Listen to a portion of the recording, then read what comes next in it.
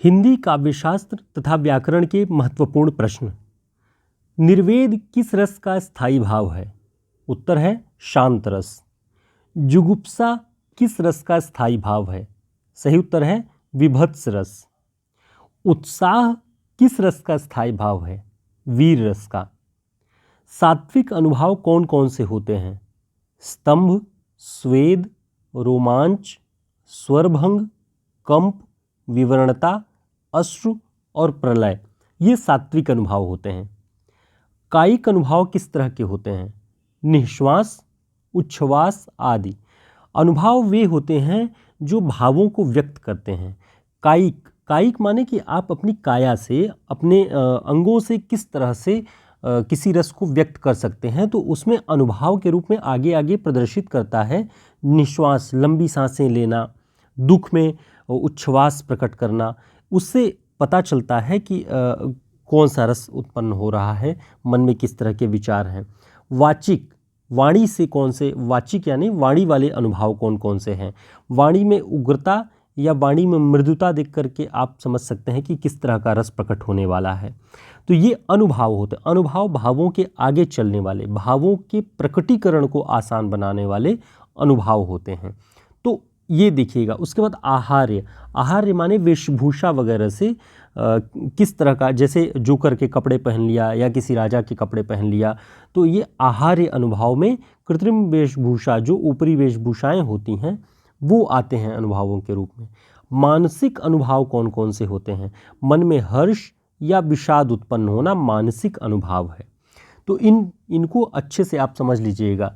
तो सात्विक, कायिक, वाचिक, आहार्य और मानसिक, इतने प्रकार के ये अनुभाव होते हैं। संचारी भावों की संख्या कितनी होती है? संचारी भावों की संख्या 33 है। हिंदी काव्यशास्त्र में बौद्धिक रस की स्थापना करने वाले विद्वान कौन हैं? ध्यान दीजिएगा, बहुत ही महत्वपूर्ण, सबसे अलग किस्म का ये प्रश्न है कि हिंदी काव्यशास्त्र में बौद्धिक रस की स्थापना करने वाले विद्वान कौन हैं? गणपत चंद्र गुप्त। किस रस को रसराज की संज्ञा दी गई है? श्रृंगार रस।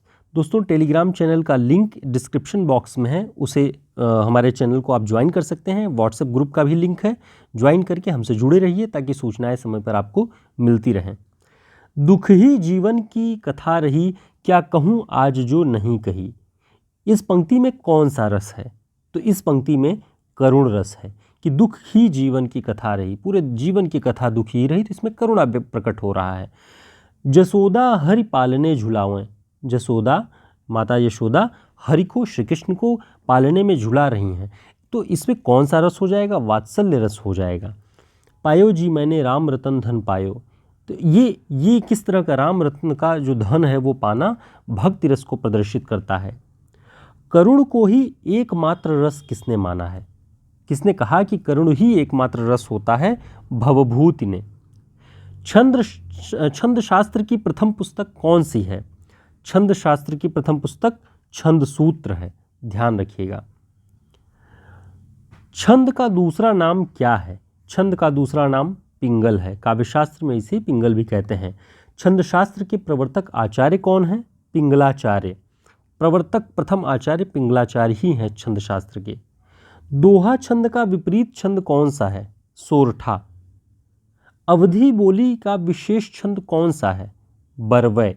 ये अवधि बोली का स्पेशल एक तरह से मान लीजिए छंद है बरवै। मात्रिक छंद कौन कौन से हैं?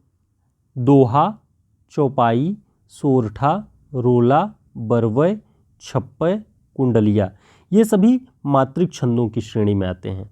वर्णिक छंदों में कौन कौन से हैं? वर्णिक छंद इंद्रवज्रा, द्रुत विलंबित, मंदाक्रांता, मालिनी, शिखरणी, ये सभी वर्णिक छंद में हैं। फिर से नाम सुन लीजिए, इंद्रवज्रा, द्रुत विलंबित, मंदाक्रांता, मालिनी और शिखरणी, ये वर्णिक छंदों में आते हैं। तो इस तरह आप देख रहे थे हिंदी व्याकरण और काव्यशास्त्र के 22 महत्वपूर्ण प्रश्न जो परीक्षाओं की दृष्टि से बहुत उपयोगी हैं। तो आप इन्हें देखिए, इन्हें समझ लीजिए और हमारे चैनल से जुड़े रहिए। सब्सक्राइब कर लीजिए, वीडियो को लाइक कर दीजिएगा। नमस्कार।